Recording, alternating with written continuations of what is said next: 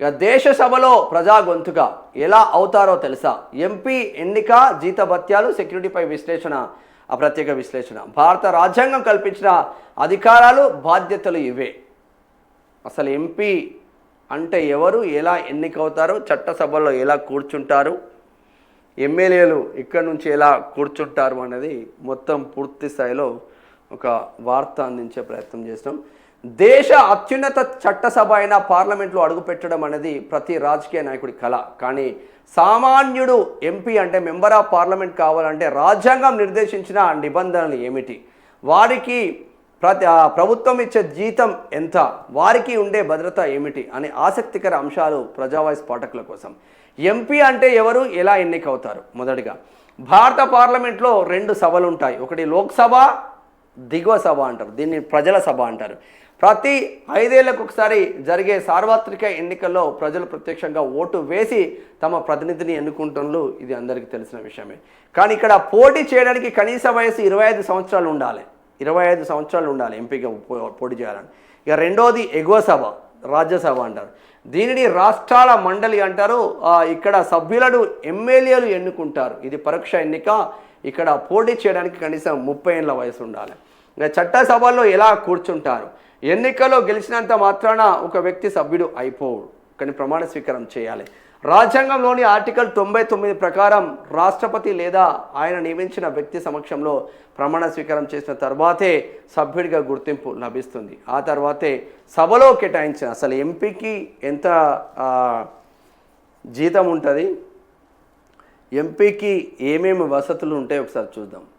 ఆ సభలో కూర్చునే అవకాశం వస్తుంది.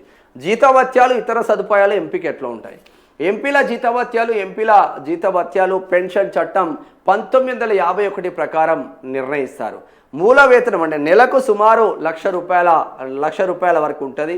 నియోజకవర్గ అలవెన్స్ 70,000 ఉంటుంది నియోజకవర్గ పనుల కోసం. ఆఫీస్ ఖర్చులకు నెలకు ₹60,000 ఇస్తారు సిబ్బంది స్టేషనరీ కోసం. రోజువారీ అంటే పార్లమెంట్ సమావేశాలు నడిచేటప్పుడు రోజుకు ₹2,000 ఇస్తారు వాళ్ళకి అదనంగా. ఇక ఢిల్లీలో ఉచితంగా నివాసం ఉంటుంది. సంవత్సరానికి 50,000 యూనిట్ల విద్యుత్ ఫ్రీగా, అంటే విద్యుత్ కూడా ఫ్రీనే, 50,000 విద్యుత్ ఫ్రీగా. ఉచితంగా ఫోన్ సౌకర్యం కూడా ఉంటుంది.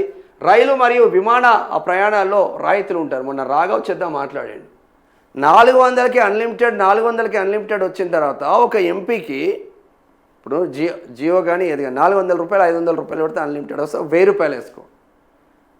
ఫోన్ల కోసం 8,000 9,000 10,000 ఎందుకు అని అడిగాడు. మంచి క్వశ్చన్.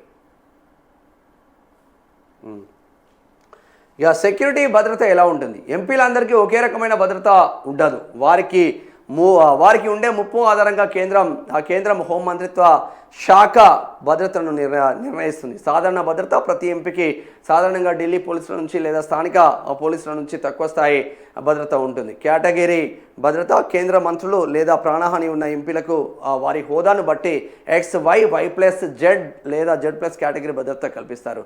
ఇందులో CISF లేదా NSG కమాండర్లు ఉంటారు.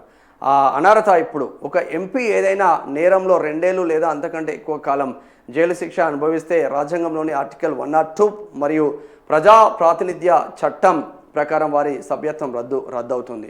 ఒక ఎంపీ కేవలం చట్టాలు చేసే వ్యక్తి మాత్రమే కాదు, లక్షలాది మంది ప్రజల ఆశల ఆకాంక్షలకు ప్రతిరూపం. అందుకే రాజ్యాంగం వారికి ప్రత్యేక హక్కులతో పాటు భారీ భద్రతను కూడా కల్పించింది. ఒక ఎంపీకి దాదాపు ₹1,00,000 శాలరీ ఉంటుంది. ₹1,00,000 ₹1,00,000 శాలరీ ఉంటుంది. ఇక నెలకు ఖర్చుల కోసం ఒక 70,000 ఇస్తారు. ఆఫీస్ ఖర్చుల కోసం ఒక 60,000 ఇస్తారు. ఇవన్నీ మరి ఖర్చు పెడుతున్నారంటే డౌటే. ఇక మళ్ళా సపరేట్గా నువ్వు సమావేశాలకు పోతే 2,000 ఇస్తారు.